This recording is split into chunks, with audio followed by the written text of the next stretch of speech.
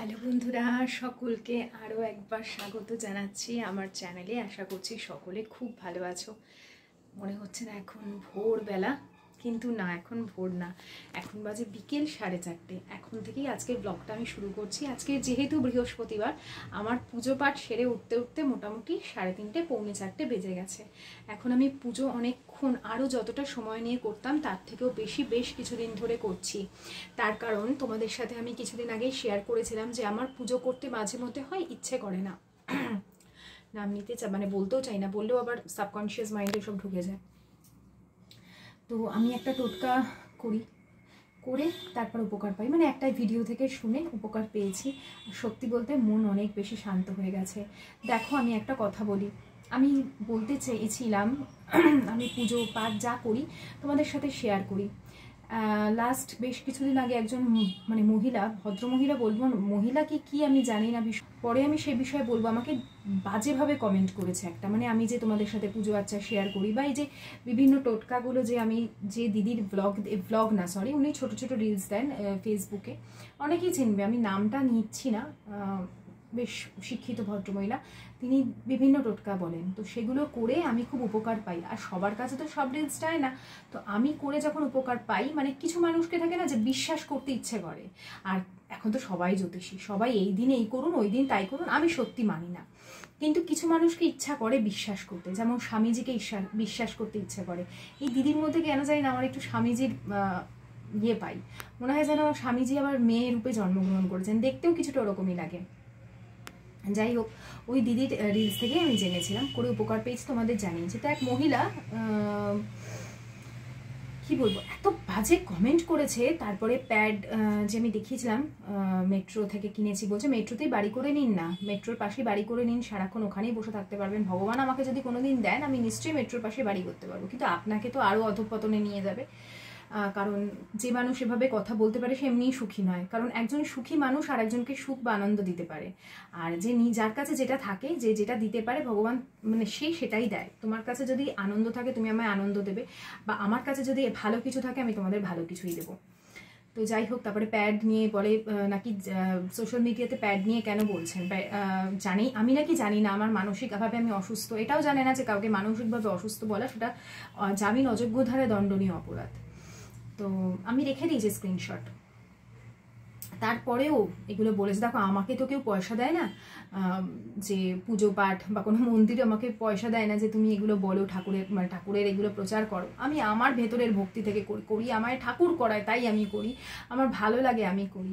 তো এই যে পুজো করে উঠেছি, এত বেলা পর্যন্ত পুজো করেছি, আমার এতটুকু ক্লান্তি নেই, আমার এতটুকু শরীরে কোনো রকম প্রবলেম হয়নি, অন্য সময় হুড়পুর করে তাড়াতাড়ি শেষ করবো, তাড়াতাড়ি খেতে হবে, একটু রেস্ট নিতে হবে, আমার এরকম চলে। কিন্তু করে যখন উপকার পেয়েছি, যেটা করে আমি উপকার পেয়েছি যারটা দেখে, তো তাকে যদি আমি না থ্যাংক ইউ জানাই সেটা তো অন্যায়। আর আমার তো একটা জায়গা আছে সেই থ্যাংক ইউ জানাবার জন্য, তাই জন্য আমি আমার ভিডিওতে তোমাদের জানাই, যারা আমাকে ফলো করে তারা মানবে, আর বাকি কারোর রাইটস নেই আমাকে বাজে কথা বলার, কারণ আমি কোনো রকম বাজে জিনিস এখানে শেয়ার করি না, তাই না? সেটাই বলার ছিল।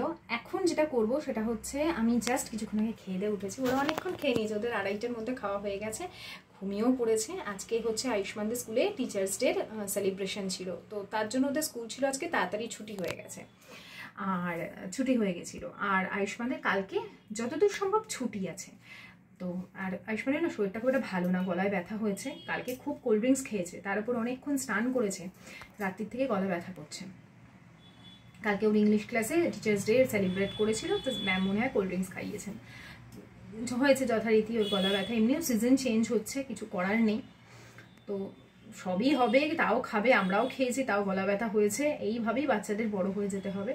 শরীরটা ভালো না, ঘুমাচ্ছে, ওর বাবা ওকে নিয়ে কোলের কাছে একদম বুকের মধ্যে নিয়ে ঘুমাচ্ছে, ওটা হচ্ছে ওর সব থেকে।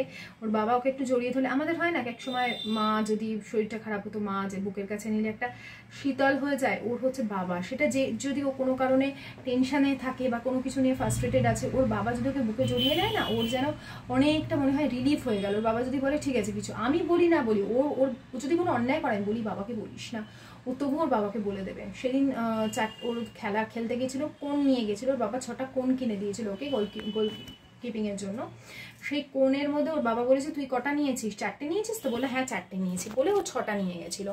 তারপরে ওখানে 2টো হারিয়ে এসেছে। তাও আমি বলছি বাবাকে বলিস না, আমি তোকে পরে কিনে দেবো। তাও ওর বাবা আমি না হারিয়ে ফেলেছি। ওই যে ওর বাবা বললো যে ঠিক আছে কোনো ব্যাপার না, এইটাতে ওর অর্ধেক স্ট্রেস রিলিফ হয়ে গেল।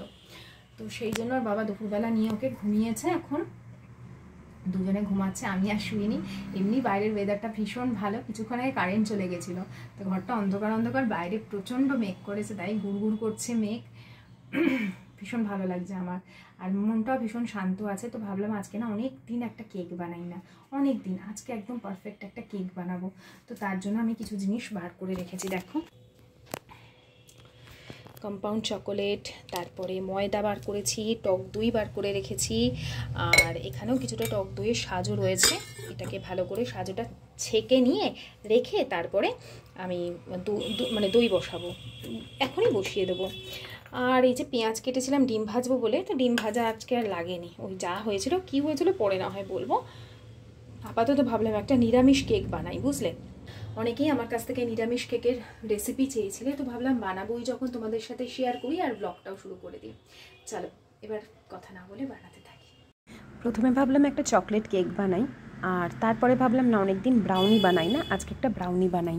আর ঘরে পাতা টক দই থাকলে না সব থেকে ভালো হয়, কারণ বাইরের টক দইগুলো সচরাচর দেখবে একটু টক বেশি হয়।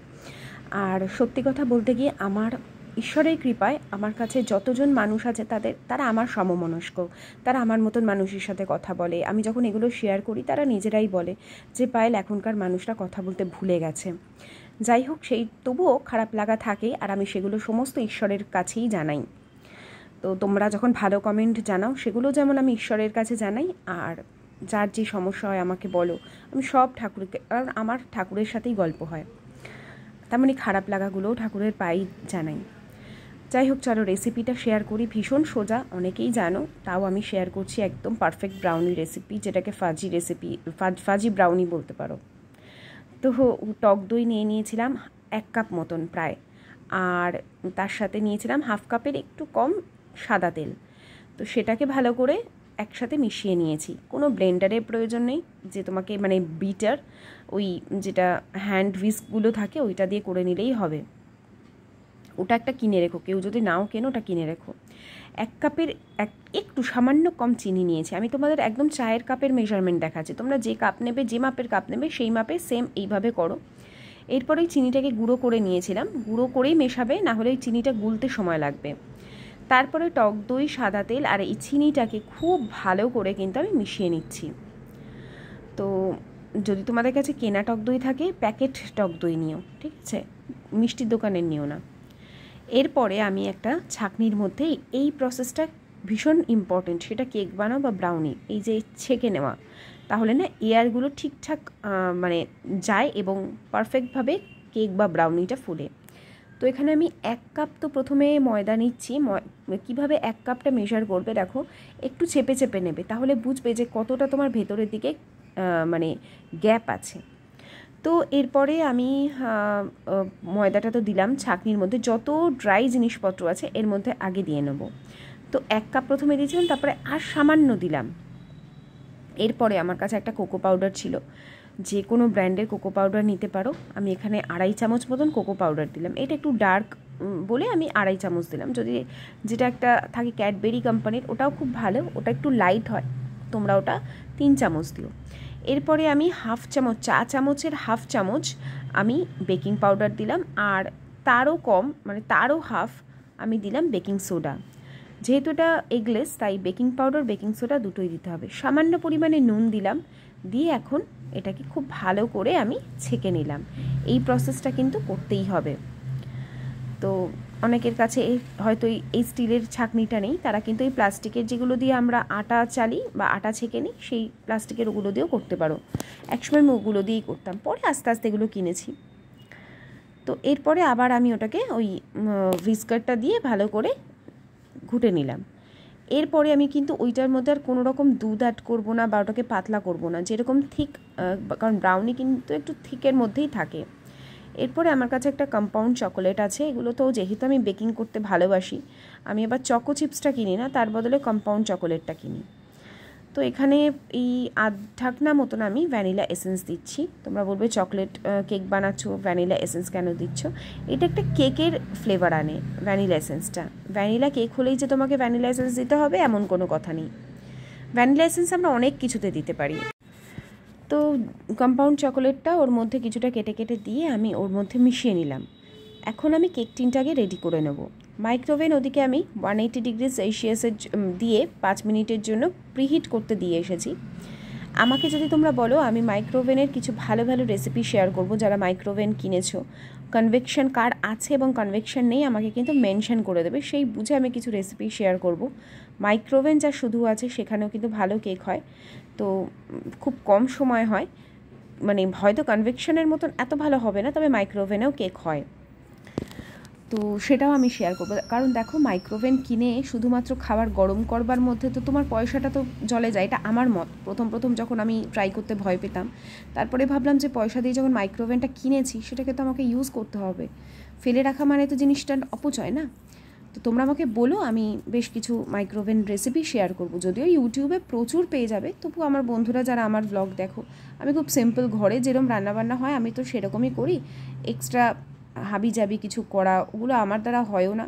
খুব বেশি কিছু আমি সময় এমনিতেও মানে কিচেনে টাইম স্পেন্ড করতে আমার ভালো লাগে না। ঝটাপট হবে অথচ ঘরোয়া খাবার, সেটাই আমার কাছে বেস্ট। একটা জিনিস জানবে, দোকানের যত কিছু খাবার আমরা দেখি সেগুলো ম্যাক্সিমাম কিন্তু প্রিজারভেটিভ দেওয়া।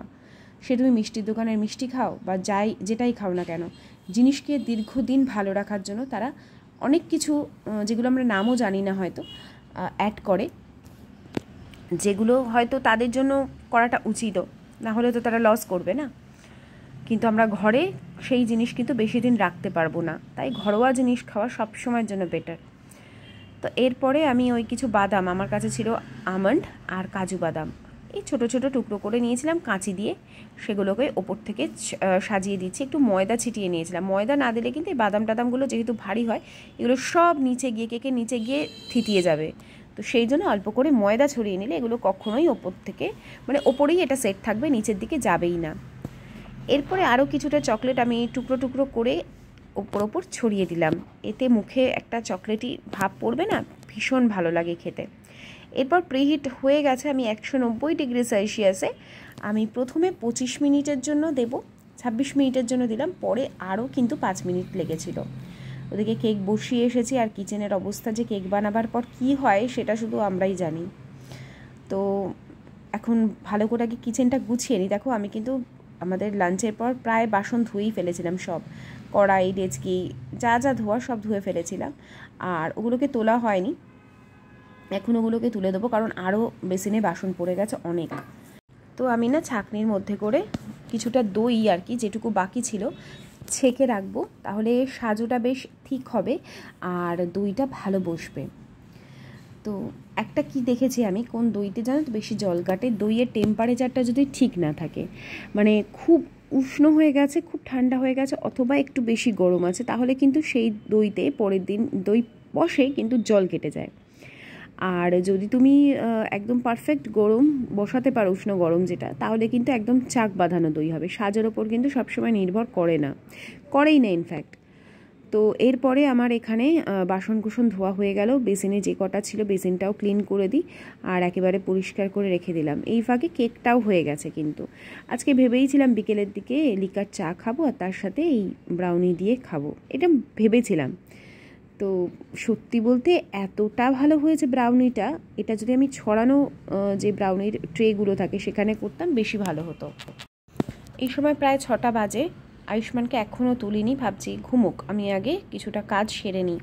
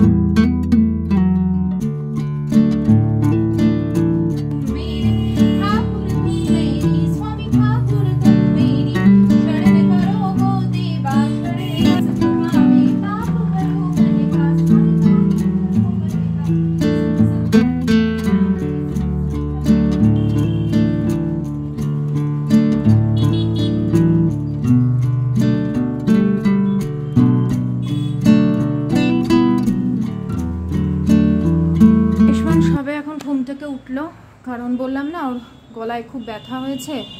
আর গার্গেল করো বাবা, কুলকুচি না, না বেশিক্ষণ করে, গলার কাজটা বেশিক্ষণ রাখো। খাবে না কিন্তু জলটা, করো করো করো। ওকে হোমিওপ্যাথি দিচ্ছিলাম, কিন্তু ওর বেশ ভালো কাঁপুনি দিচ্ছে, মানে গলা ব্যথা ইনফেকশন হলে যেরকম একটা হয় না, শরীরে ঠান্ডা ঠান্ডা লাগে, ওর ওরকম হচ্ছে। তো আমি ওই জন্য একটা ক্যালপল দিয়ে দিলাম যে অন্তত রিলিফ পাবে। গায়ে টেম্পারেচার কিছু নেই, কিন্তু মানে যেরকম হয় দেখবে, খুব গলা ব্যথা যাদের হয়েছে তারা জানে গলা ব্যথা হলে কেমন লাগে। মনে হয় পুরো পৃথিবী, বিশ্ব ব্রহ্মাণ্ড মনে গলার ভেতরটা এরকম করে দেখি কি হয়েছে। আমি তো ভুগতাম প্রচন্ড। তো একটু বললাম ম্যাগি খাবো, বলছে না ম্যাগি খাবো না। তা ম্যাগি না খেলে, আর আমি বললাম যে ও দুধ কেলক্স খেতে চাইছে, কিন্তু আমি দুধটা এখন দিই না, আর ঠান্ডা লাগলেও আমি দুধ দিতে চাই না। আর ও বলছে না, যবে থেকে ম্যাগি খেয়েছি তবে থেকে আমার বেশি বেশি ঠান্ডা লাগছে, গলা ব্যথা হচ্ছে। হতে পারে ম্যাগিতে অনেকের অনেক কিছুতে অ্যালার্জি হয়, কিসের থেকে যে কার কিসে অ্যালার্জি হবে বলা যায় না।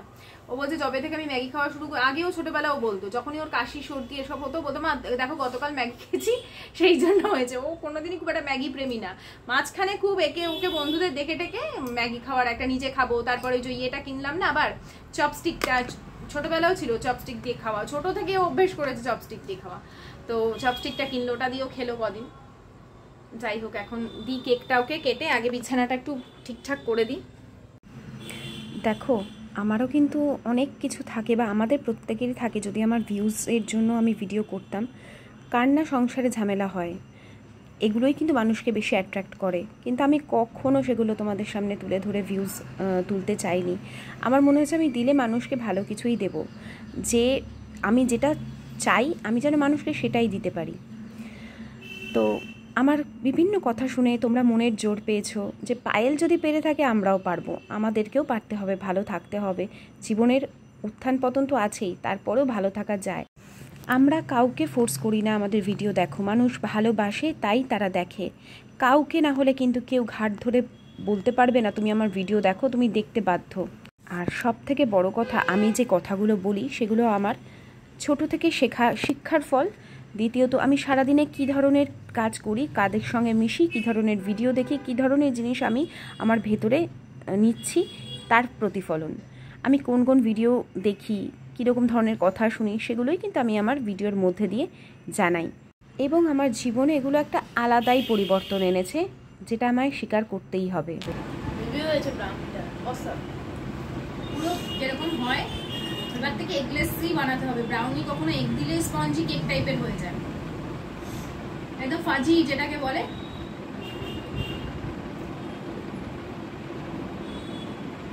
তার সাথে জিঞ্জার টি খা, জিঞ্জার টিটা খা, গলায় খুব ফ্রেক করবে। কালকে আবার সকালবেলা অল্প খাও, আবার ওখানে গিয়ে কেক খাবে। আমার এমন ক্রিয়েটিভ মাইন্ড, শোনো, ঠান্ডা ঠান্ডা লাগছে তো, ওর ক্যালপল দিয়েছি, তারপরেও ওর একটু ঠান্ডা ঠান্ডা ভাব লাগছে। তো কি বলছে, ফুল হাতা পরবে। ফুল হাতা পরলে বাই চান্স যদি গরম লাগে ওটা খুলতে পারবে না, তারপরে জিন্স পরে বসতে পারে না।